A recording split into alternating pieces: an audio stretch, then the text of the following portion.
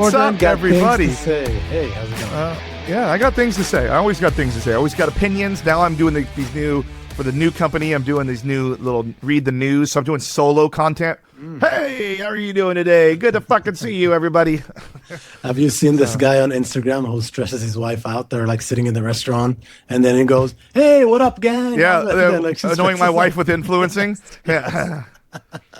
When I hear this, what up, gang? I just know it's going to be a good one.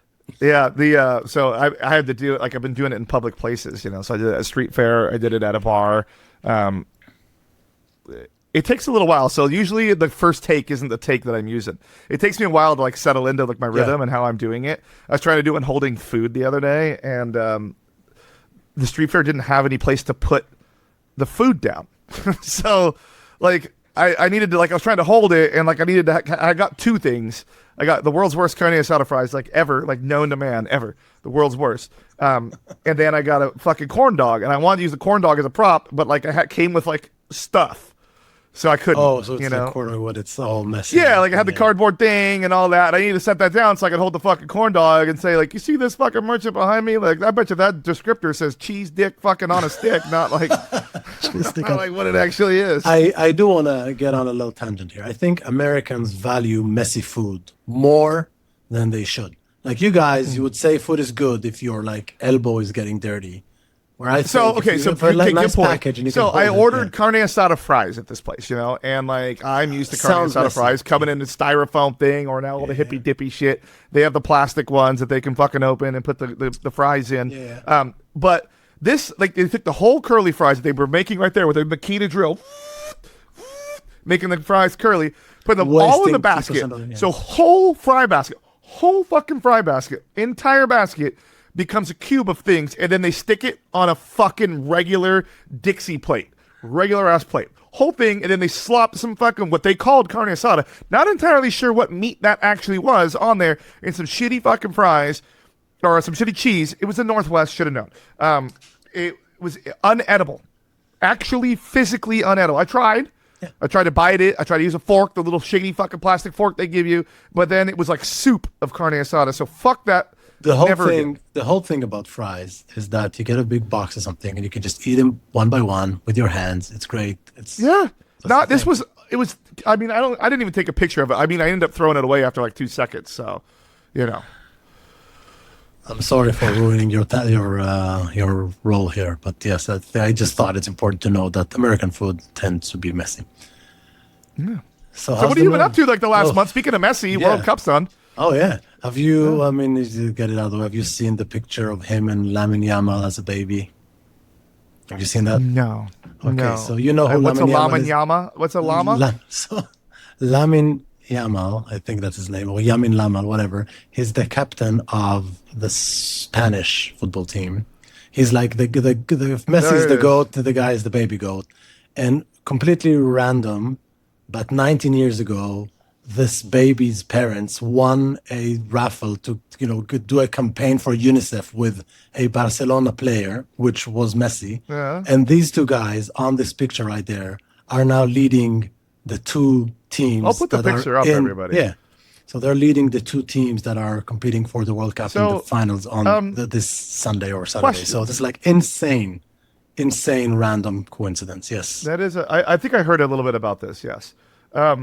But I do want to say, why is he bathing the baby? That's a question a lot of people are asking, as do I. I have no idea what was the idea of this campaign. Dude, if I was Messi and like I was like running around on the field with that guy, I'd be like, I fucking gave you a bath. Yeah, I gave you a bath. Exactly. And if you look at his hands in this picture, like, what are you washing in there? I mean, it doesn't look completely... Well, we're going to get demonetized on this if you keep going here. Let's think about the following. So Messi is by far the GOAT, greatest player of all time. I'm not a particular... Should not even be a debate. Yeah, thanks, Pele. Exactly. It doesn't... Yeah, exactly. They have the numbers. It's all... He's great. He is the best. He likely bathed not a lot of babies in his life. Yet one of them is like the second best now.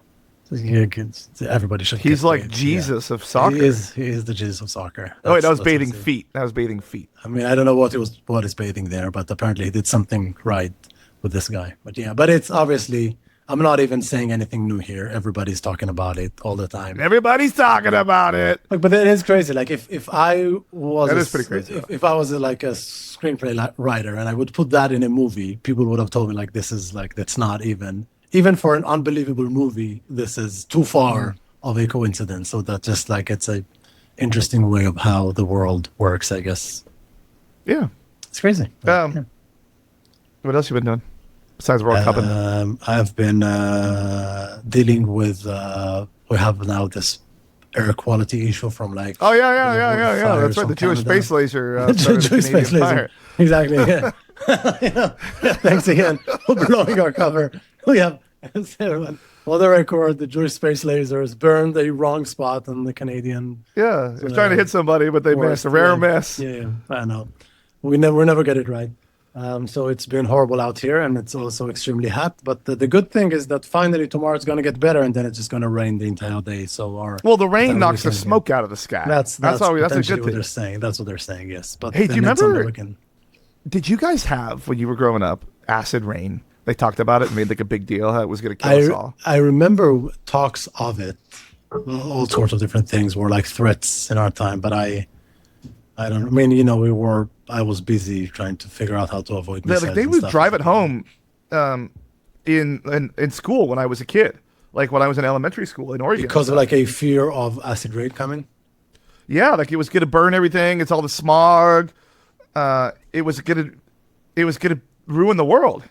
And like especially in metropolitan cities, it was like they showed like photos of statues and they were like all on the top, like degraded from the acid rain. But was that like a real thing or just like fake, like COVID? What's the deal there? Acid rain was the ultimate environmental boogeyman. Pop culture made it seem like walking outside a rainstorm would melt your skin, and news reports showed entire forests dying. The reason you don't hear about it anymore isn't because it was a hoax or a fad. It's actually a rare example of global environmental crisis that we successfully fixed. Oh. We fixed acid rain, just like we fixed the hole in the ozone layer. The hole in the ozone, fix that shit. That's crazy. I talked about it with my wife the other day about what you got like the 2000 back 2000. What do you call it? The thing that they thought is going to happen in the year 2000, with like all of the computers around the world are going to zero down and all of the financial information is going to be erased. All sorts of bullshit stuff. You're never going to believe what stopped acid rain, by the way. Couple of things. So the Clean Air Act and the amendments of 1990. President George H.W. Bush, fucking woke commie, bro. Signing some Clean Air Act. And then the cap and trade system that came out of that. And then just technological evolution, like buying like the carbon credits, all of that stuff, it looks like, all led to reducing the amount of SO2 emissions in the United States. It dropped by over 90% since 1990. Wow. It's interesting. So you think all those things are like hoax power plants. Wow. And and I think we're probably on our way back there, right? Yeah, I was gonna say, like I thought we're undoing all this shit because it made all the frogs gay and we can't have that anymore. Hey, you better stop at gay frogs. My uncle was a gay frog. Well, now he could get reformed under the new administration. Like the gay frog. The camps are coming back, baby. The big beautiful frog. The big beautiful gay frog camps that turn you back to straight reform. So let me ask you this, Jordan. I know you've switched jobs recently after how many years? 4 years? 3 years? I was almost 5. I was there almost 5. So I've done the same roughly 8 months ago after 10 years in the same company. And of course, there's like some, things when you drill deep, there's like things that annoy you more, that annoy you less, etc.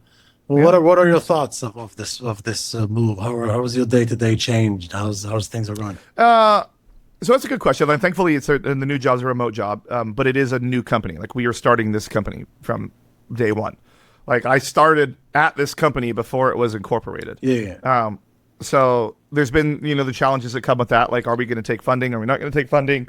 Are we going to bootstrap it ourselves? How are we going to pay for things? Are we going to be able to because obviously in our space, you have to go to conferences to sell. Like, are we going to go to conferences? Which ones? How much are those going to cost? Where's the money going to come from?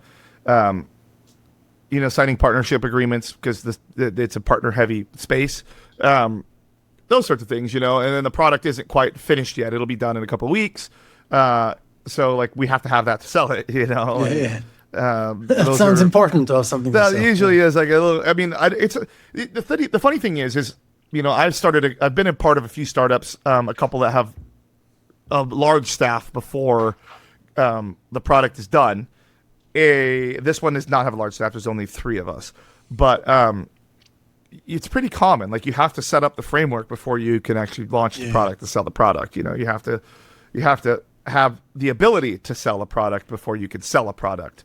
So it's not unusual. You know, I would say that we're moving pretty fast. This is week 2 for me. This is the end of week 2 officially. Like I was obviously doing spending some amount of time before that, but the people have been more receptive than I expected them to be. Yeah, I will say that. The product's cool though. The product is cool. Don't need to talk about it on here, but the product's cool. It's just really my job is outside of sales, which you know I love doing so much. Is like to just the branding, make sure the brand looks cool, makes it look professional. So like the videos that I'm shooting for that, you don't need to have a certain amount of quality. Like, you know, you can see like I'm using different lenses on this camera now, so it has a little bit of a softer touch on this camera. Makes it a little more like film looking, which it helps a lot. Like the you know, one of the things I've learned over the years of doing these podcasts is like having the sharpest image isn't the greatest thing to do. So bringing that in so that day one, when we announced this product, we had a professional logo, professional look, professional like marketing materials that we could put out in the world that look right. You know, makes the company look as big as it's going to be rapidly. Because when these sorts of things hit with these companies, it's probably going to go pretty fast. Like we're not signing individual clients like we are, but like the goal is to sign their partners so that we have like 60,000 clients on board in like one day. Yeah. You know. So. And this is your now, you lead the marketing efforts there. Other than your podcast job, have you done marketing before that, like officially? No, not officially, but you know, I have my skateboard company, which I did all the marketing there. I have a podcast, did all the marketing there. Just this sort of work, like content, tends to just lead to marketing. You know, I'm pretty big on like branding, brand colors, brand books, you know, how those things look. Like, thankfully, there's a lot of software like Canva that takes a lot of that out for you. Upload your logos, upload your colors, and then I could just like be creating something, click the button, and it moves it into those colors. That's cool. You know, finding a voice, like this is where like what always struggles me is like I always try to be like the super clean, like modern, respectable company. Like if like let's go to skateboarding. Like I had to try to have a really professional dialed in image on the skateboard company when I did it, you know. We used technology, we had a clean image, you know, but a lot of the other skateboard companies, you know, like they'd have people like videos out there, they're drinking, breaking shit, you know. And like it's cool. It makes the kids like it's cool, they're into that, you know. But like I guess like in that space I tried to market to the parents too. So that like the parents would feel comfortable. So with this company, like there's a balance. He's like, you know, we're trying to sell to massive companies that are like, you know, Visa, MasterCard, essentially, at the end of the day. So I want to have a little bit of like, we're clean, polished, like we are the biggest company already. So like we can take their business, but at the same time, be sexy and cool enough that like people want to pay attention to the brand. They want to stop by the booth. They just want to go to our dinners, you know, so like they have to have some authenticity that comes with that. So like the recap video I put out of the news, I decided to put my opinions in on that. Whether that's like good or bad, we'll see. But like I wanted my opinion to be in there because if I'm just reading off the news, it's too buttoned up. It's not authentic. It's not. You have an AI voiceover. Like there's no point in me sitting down and recording these things every week. You know? It's interesting what you're saying because I mean, obviously, yes, you're right. Like social media and stuff and podcasts are always essentially up to marketing. And you know, I've shared it many times before. My wife is kind of trying to think on Instagram. It's going pretty well, and it's just the thing is that it's marketing, right? So you need to from your first video or your first day out. You need to treat it as if you have whatever 10,000 followers, or you have, already. That's exactly the image. Like that's like the thing. Just do it. Just go ahead and just pretend like fake it till you make it. And at its core, and that's the only thing that works. You can see people who do that, and it works. Which is like even the very first that payments recap video, the payments news recap video. Like the lens is great, the lighting is great, the logos are great, the music is great. It's like succinct, like it looks professionally edited, even though I did it. from start to finish for like this is the first thing that's ever dropped on this YouTube channel before, you know, like ever. And then the thing is, it's not gonna get the 10,000, views, comments, whatever, for a while. But then, if you're consistent and you're doing your thing and you're doing it over and over again, then it's recognizable, and you find your voice, you decide your narrative. You know what made me sad is like about a year and a half, maybe 2 years ago, LinkedIn changed how links work. It used to be if you put a link on LinkedIn, there was the whole thing. Like the whole thing would be the preview. Now they shrunk it down to this like a little tiny thing. You can't even see what it is. They do it for every article. So I had to upload this video directly to LinkedIn too. So I'm not getting the credit. So no algorithm credit on YouTube because I needed it to be the whole flashy. I needed it to be big. It is what it is. Like I would prefer to like have YouTube be the single source because. You'll see like Carice's podcast. She decided she's going to YouTube too, because that's where you basically have to. Like YouTube is like if statistically people are watching YouTube more than they're watching TV now, which is crazy. It is crazy that even still today, all of those social platforms, trends, they come and go, and it's this network and that network, but YouTube is still the number one. Like content channel for everything. And I'll be the first to say, if I might look for something on Instagram if I need like something, but if I need something educational and like that I can trust, I would go to YouTube. Like when I like am looking at going to places, like my neighbor did his 40th birthday party down in Mexico, and we researched all the resorts on YouTube. Like when I go on a new cruise ship, I research a cruise ship on YouTube. Yeah, it's like I would do the initial screening on like an Instagram, and then I go to YouTube and watch like the full length.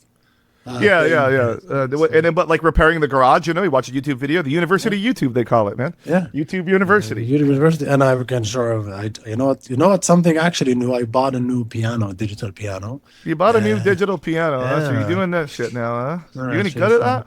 I think it's like. Isn't it like every Jewish household growing up, you're required to learn the basics of piano? Isn't it like it's in the Israeli constitution? You're confusing maybe Russian with Jewish, which that's right. That's right. Yeah. Aren't you guys the same?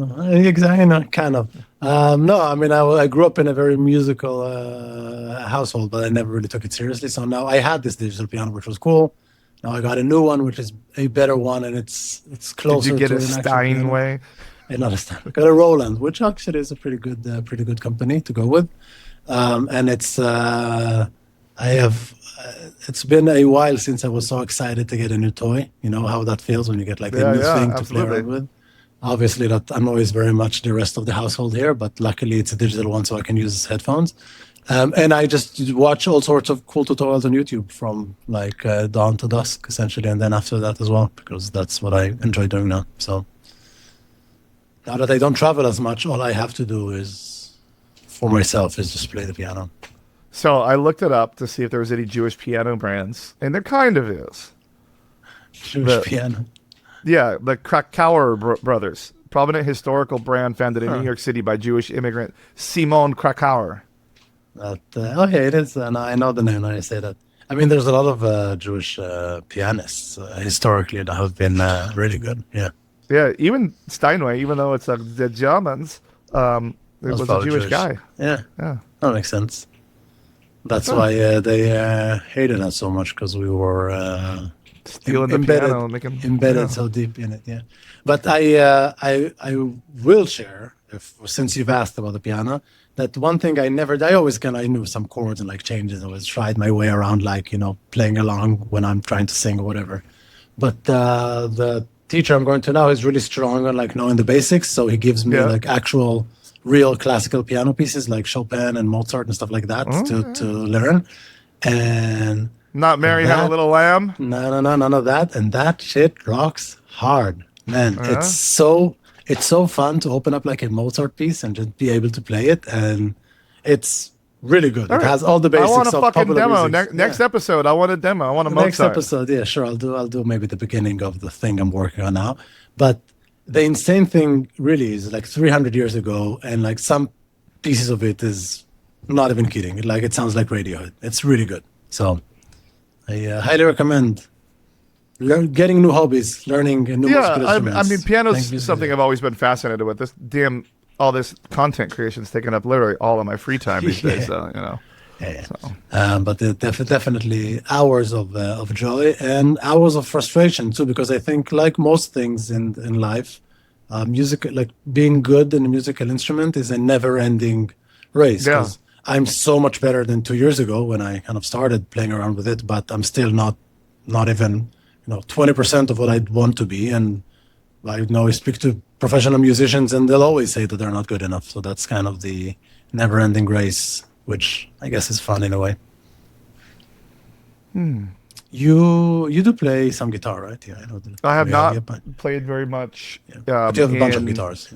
Yeah, I have 4 of them, but I haven't played it seriously in probably 2 years. Oh, okay. When it was quite the change, because I was playing at least an hour a day every day for 5 years. Oh wow. Yeah, lessons twice a week, and then my guitar teacher went to prison, and that kind of hold it. I like the guy. He's out now. He's out now. He's had to do a couple of years. On what account? It was like a little bit of a combo: probation violation, and then a physical altercation with his landlord. So yeah. I mean, musicians, they're always so passionate about such In things. his defense, probation was for DUI, and he was at the very end of it, like a month away from being free on probation. And then he took his landlord-tenant dispute very seriously.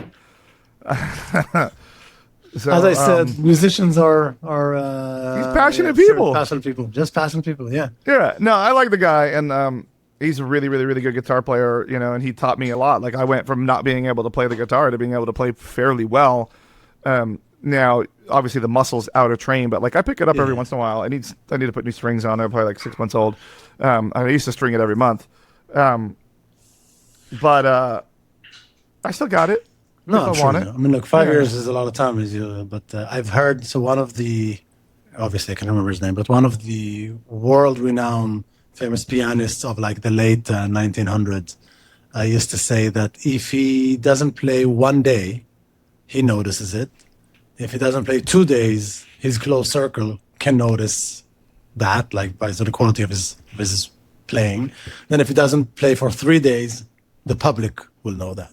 So this is how seriously like professional musicians take their practicing, like every day, a few hours. And I get it. Like if I try to play every day, but if I miss 1 day, I feel like I need to get back into it, even if it's just 1 day. And it was weird because I play guitar all the time when all through COVID, all coming out of COVID, would play in front of people, and now like I would be nervous to play in front of people because also too, one of the things I noticed when I picked it up like a month ago is like I don't remember the songs that I used to know, I had to look up some of the old like documents and remember. There's a lot of muscle memory to it, but yes, it's also I treat it like almost like a meditation thing, where just I do it every day, and then it's like it's just fun. It's just great. Well, I think we might have to wrap this one up a little early. I'm a little hungry, and I have not ate since yesterday about this time. So I think I'm gonna have to go do that. But taking your diet very seriously there. Yeah, I mean, Retta will get you, baby. Peptides. Peptides. You're doing that. Yeah, it's good. Yeah, what are you doing this weekend, though? Anything? It's gonna rain, but it's our anniversary coming up. You got inside, it fucking raining and snowing and shit all the time in New York. Yeah, but it's like in summer you're waiting to do outdoor things. But it's our anniversary. We've been married for I want to say 7 years probably. You should probably make sure you know that. So, eight. It's gonna be 8. You should probably make sure you know that. Yeah. It's 7 now. It's gonna be 8 tomorrow. But it's exciting stuff, and it's always. I mean, it's funny how. Like as a family, you get to celebrate those things kind of differently. Yeah, what are you guys going to do? Probably some brunch somewhere. We thought of doing something in the park, but it's not. Yeah, now the smoke and then now the rain will get you. Smoke and the rain, yeah, exactly. Yeah. It's that's the thing Jewish here. Space lasers, man. It's there's the smoke and then there's the rain, and at the same time it's 100 degrees out, and now we apparently can't eat vegetables because of some parasites. So it's. Well, just don't go to Taco Bell. I know I love it, but like zero vegetables there. Right now, just don't go. Yeah, look. But you know what's never gave you explosive diarrhea? Bourbon. So probably didn't have enough. Have more of that. It has given me that a few times in my past. That's giving me heartburn, but it never give me no diarrhea. Mix it with beer and you get the shit a bourbon brick out of there, but All right, bud. Well, okay, it's been good to record again, and we'll do it again next week, I guess. I can't wait. Yeah, we're back. We're back in the saddle again. Yes, we'll do it. Like Luke Combs said. All right, everybody. We'll see you next time. See you next week.